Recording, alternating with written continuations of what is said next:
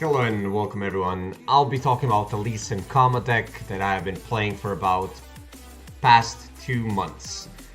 So, as all Lee Sin decks, it's pretty spell intensive.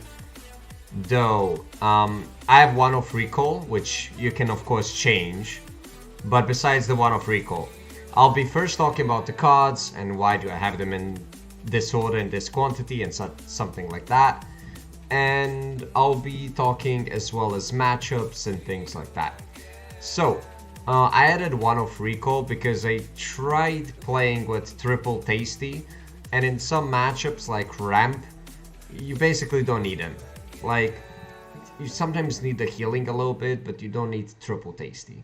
While in some matchups like discard aggro or some other aggro matchups, it's sort of useful, but people have not been playing aggro as much recently that I saw. Like, yes, they have been playing it, but you should basically have sort of enough healing with triple guiding touch, double tasty, one of star shaping, and karma potentially doubling your spells if you get to late game, which doesn't happen too often, but you should be probably fine. So yeah, so starting off, Spacey. You can discard the second Sonic Wave.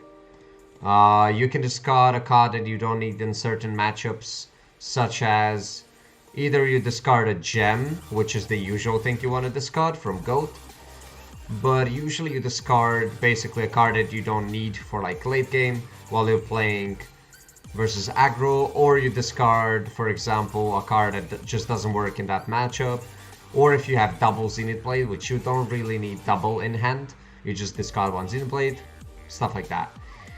The reason why Sketcher is because in late game you will have a lot of stuff to discard. In the early game, if you're playing Visagra, it's very useful to have a 1-drop, of course.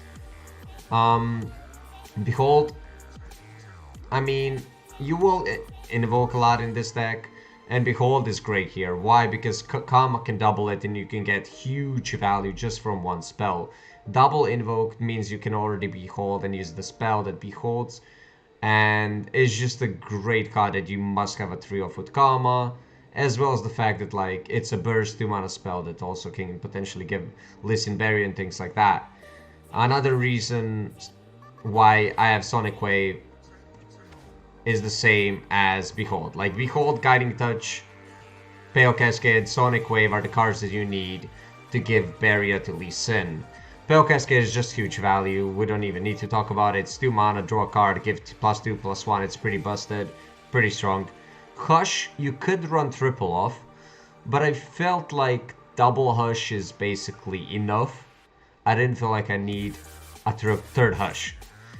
Again, I'm gonna repeat myself, you can remove recall and put a third Hush, or you can remove it to put a third tasty or whatever you feel like putting. But I feel like recall is pretty good, just because of the fact that like, yes, you will put Lee Sin or Karma on the board only when you can defend them. You never put them on the board when the opponent might have an answer. So you either put them on the board when you have a deny, or when you know the opponent doesn't have enough spells or anything that can kill them, or potentially like he has only like Thermal Beam but nothing else, so you can like protect Lee Sin with just a Sonic Wave if you have like 5+3 spell mana or 6+2 or whatever. GOAT overall best 2-drop right now, especially for this deck. It's just like an amazing 2-drop for this deck, especially because of the gem. Eye of the Dragon helps you survive in early game. In late game, potentially it's a huge unit, just because of the fact that like if you can invoke with the Behold or potentially Star Shaping, you can invoke the 7-mana spell that gives all units +2/2. So if you get it off, the Eye of the Dragon creates a Dragling, which is a unit that is either a 4/3 if you don't have Karma leveled, or a 6/5 with Karma leveled, because it's originally 2/1, so basically it gets +4/4, so it becomes a 6/5. So yeah, After Dragon in late game can potentially be pretty strong as well. So yeah, Tasty helps you with surviving, pretty much just for lifesteal. Especially since Lee Sin got nerfed to 5 mana, so it's pretty it's no longer like a fully mid-range deck. Now it's sort of like a more potentially later game deck, just because the 1 mana change. It does help with survivability, but survivability isn't usually a problem with Lee Sin. So yeah, Zenith Blade, of course, giving Overwhelm to Lee Sin can be an OTK. As well as Zenith Blade, you can give it to Tasty, so he can survive longer versus aggro matchups. But try to play it when you have another spell, or like if your opponent does have answers, and stuff like that. Triple Deny. I was playing with Stupefy? Oh my god, what's it called? I cannot even look for it. That's fun. Either way, the 2 mana spell, where is it? I was trying to play with Nopify. Okay, sure. I was trying to play with Nopify, but the problem with this spell is it's only good and useful if you're playing Zed Lee Sin, because Zed Lee Sin is more of a aggressive deck, and because you have Zed, which is a 3-drop, you must have a spell that's not a deny, which is 4 mana, and because you want to play Zed on like turn 3 or 4 or something. So Nopify is a great way to protect Zed, but Nopify doesn't work that well in this sort of a deck with Karma, just because the fact that like this deck completely destroys control matchups, and your objective is to like deny a Vengeance or deny a Wolmother's Skull or things like that, and Nopify doesn't really help in those matchups. Well, yes, it sort of doesn't help too much in like aggro matchups, but that's why you have Spacey to potentially remove one of the denies, because you don't need 3 in an aggro matchup and things like those. Will of Ionia is to counter potentially something killing Okama, or just to remove the 8 mana drop from Targon, the big dragon, to get him back into the opponent's hands so Lee Sin can keep on attacking. So if you're seeing a lot of control on ladder, this deck should be great. Even after the Lee Sin nerf, it should still be pretty good of a deck to counter those matchups. If you're seeing a ton of aggro, remove the recall, put a third Tasty instead of the recall. You can potentially remove one Will of Ionia and put something else instead, like going triple Tasty. Then I don't know if you need the recall. Potentially you can put a third Hush. I don't know.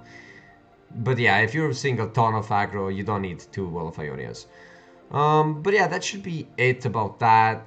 About matchups, this deck really eats control matchups. Just be careful to put Lee Sin and Karma on the board when you can protect them, or you can just put Karma on the board when it's turn 10, when she's already leveled, so you can already get the value of even if she dies. But yeah, it all depends on the situation. But yeah, this deck eats control matchups. The aggro matchups, if you're facing, for example, Elise aggro, the Shadow House Noxus aggro, this deck should be pretty solid against it. If it's burn aggro, like the pirate aggro, it should be okay, but the only problematic part is discard aggro. Discard aggro just eats this deck. It's really hard to win versus discard aggro with this deck. That's like the strongest counter to this deck. Discard aggro, #1 counter. So if you're playing versus discard, you're probably gonna lose. It's gonna be really hard. You just keep Spacey Sketcher, you keep Goat, you keep the Eye of the Dragon, and hope for the best. Besides discard aggro, Demacia. Demacia is pretty problematic sometimes, especially Scouts. I feel like Demacia Scouts is one of the harder matchups as well. But besides discard aggro and Demacia, all other matchups are usually favorable, in my opinion. It should be pretty solid versus anything else besides those 2 decks, especially discard and Scouts. So thank you for watching. If you have any questions, let me know. See you guys.